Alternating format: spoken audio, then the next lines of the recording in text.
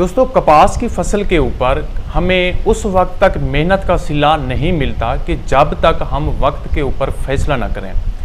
देखिए, इस वक्त कपास जिस पोजीशन पे पहुंच चुकी है, ख़ास तौर पर अगर अगेती फसल के हवाले से बात करें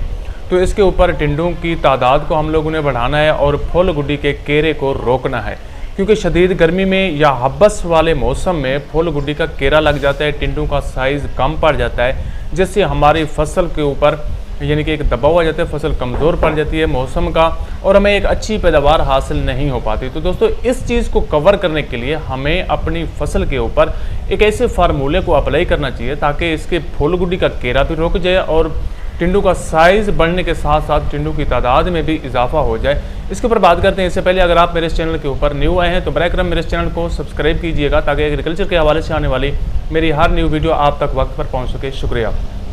देखिए दोस्तों, कपास हमेशा मुनाफा बख्श फसल रही है और ये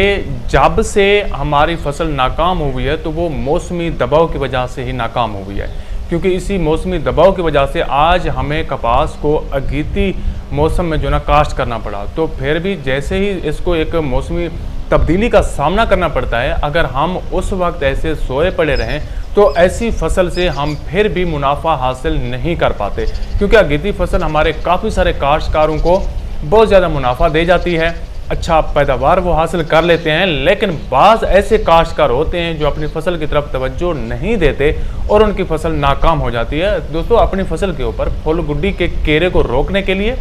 और जो ना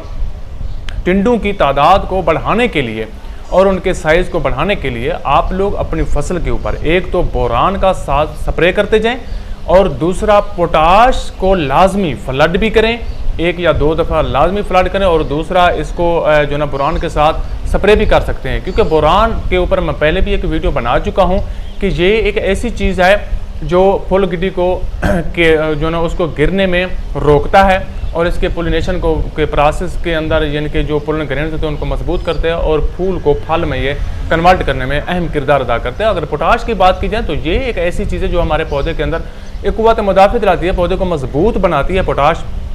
और पत्तों के अंदर खुराक बनाने के अमल को भी तेज़ करती है, जिससे ज़्यादा से ज़्यादा खुराक हमारे फल की तरफ जाती है, फूल गुड्डी की तरफ जाती है और फल का जो साइज़ होता है वो मोटा हो जाता है, फूल गुड्डी गिरने से महफूज रह जाती है और इस तरह से नंबर ऑफ़ बाल्स यानी कि टिंडों की तादाद में भरपूर इजाफा हो जाता है और टिंडों के साइज़ में भी इजाफा हो जाता है और फूल गुड्डी भी गिरने से रुक जाती है। तो दोस्तों, ये फार्मूला था और इसके ऊपर कोई इतना लंबा चौड़ा खर्चा भी नहीं होता, क्योंकि हम लोगों ने लाखों रुपए की फसल काश्त की हुई होती है। तो हमें भी चाहिए कि इस फल को बचाने के लिए अगर 2 से 3 हज़ार का खर्चा बढ़ जाता है तो उसको बढ़ा दें, क्योंकि अगर इधर आप लोग 2 से 3 हज़ार का स्प्रे करेंगे या खाद को फ्लड करेंगे तो उधर से आपकी जो पैदावार होगी वो 2 से 3 मन पैदावार में इजाफा हो सकता है, जो कि कई गुना इस रकम से ज़्यादा है जो आप इसके ऊपर खर्च कर रहे होते हैं। तो ये चीज़ें ज़रा अपने जहन में मद्देनज़र रखनी होती है और इस तरह से कोई भी फसल होती है हमें ऐसे बैठे देखते यानी कि पैदावार हासिल नहीं होती कि जब तक हमारी मेहनत, हमारा रोल और हमारा ख़र्चा उस पर